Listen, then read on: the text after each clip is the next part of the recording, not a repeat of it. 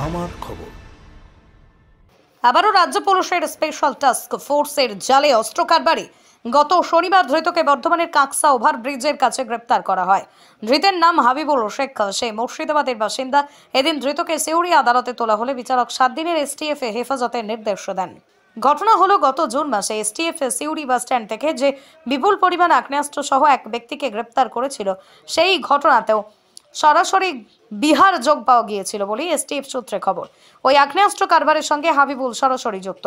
দীর্ঘদিন ধরে তার খোঁজ চালাচ্ছিল এসটিএফ। অবশেষে কাকসা ব্রিজ সংলগ্ন এলাকা থেকে তাকে গ্রেপ্তার করা হয়।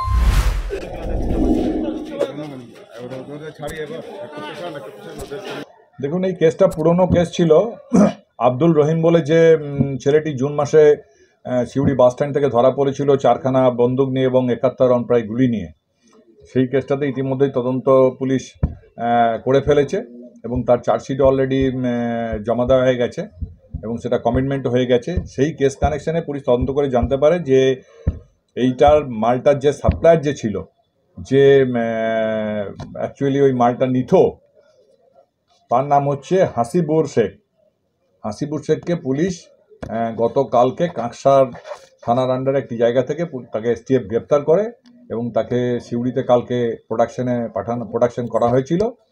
কাল ছুটির দিন থাকার জন্য একদিন তাকে জেসিতে পাঠানো হয়েছিল। আজকে পুলিশ 14 দিনের এসটিএফ থেকে 14 দিনের জন্য রিমান্ড চাওয়া হয়েছিল।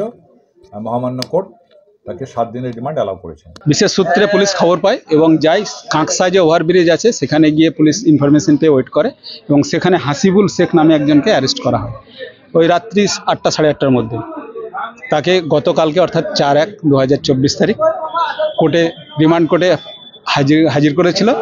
যেহেতু রেগুলার কোর্ট ছিল না বলে আজকে তার ডেট রেখেছিল। আজকে কোর্ট এবং ওরা পুলিশ কাস্টাডির একটা প্রেয়ার করেছিল। কোর্ট সেটা বিচার বিবেচনা করে 7 দিনের জন্য পুলিশ কাস্টাডি দিয়েছে এবং 12 তারিখ আবার প্রোডাকশনের ডেট দিয়েছে।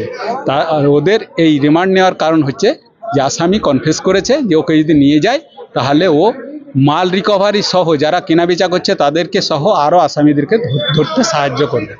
এই জন্যই রিমান্ড নেওয়ার কারণটা। হ্যাঁ, সেই বলে পুলিশের ধারণা এর উপরেই কনসেপ্টের উপরে পুলিশকে অ্যারেস্ট করেছে এবং ও কনফেসও করেছে যে আমাকে নিয়ে গেলে আমি আপনাদেরকে যতটা পারি হেল্প করব। কিছু রিকভার হয়েছে কালকে? না, রিকভারি হবে। ওনার স্টেটমেন্ট অনুযায়ী বা নিয়ে গিয়ে রিকভারি হবে এবং আরও কো-অ্যাকিউজ যারা আছে তারাও অ্যারেস্ট হতে পারে, এই সম্ভাবনায় তাকে নিয়ে যাওয়া হচ্ছে কারণ ও কনফেস করেছে অলরেডি।